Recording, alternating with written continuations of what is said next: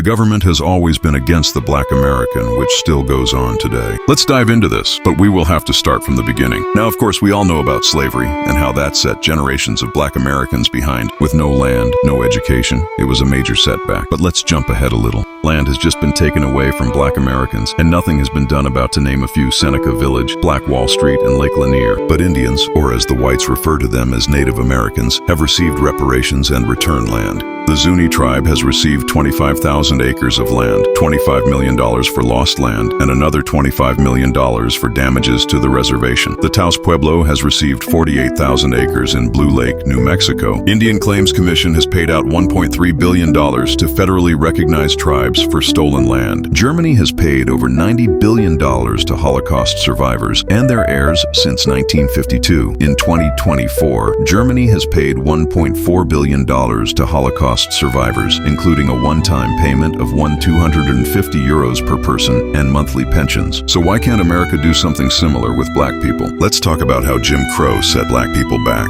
Jim Crow laws restricted employment options for African Americans, often relegating them to low-paying jobs with limited advancement potential. Or we can talk about how the government makes sure there are no Black leaders. Dr. Martin Luther King Jr. assassinated right along with Malcolm X, not to mention the government dismantling the Black Panthers Party and having Fred Hampton assassinated. And I didn't even mention redlining. The FHA began redlining at the very beginning of its operations in 1934, as FHA staff concluded that no loan could be economically sound if the property was located in a neighborhood that was or could become populated by Black people, as property values might decline over the life of the 15 to 20-year loans. Redlining has had long-term consequences for the communities that were affected, including lower median wages and income, financial insecurity, educational consequences for young people, reduced wealth and greater poverty, lower life expectancy. In 2020, Black borrowers had the highest denial rate for mortgage applications at 27.1% compared to 13.6% for white borrowers. Not to mention the school-to-prison pipeline is a system that pushes students out of public schools and into the criminal justice system. Statistically, Black students being suspended and expelled at a rate 3 times higher than white students.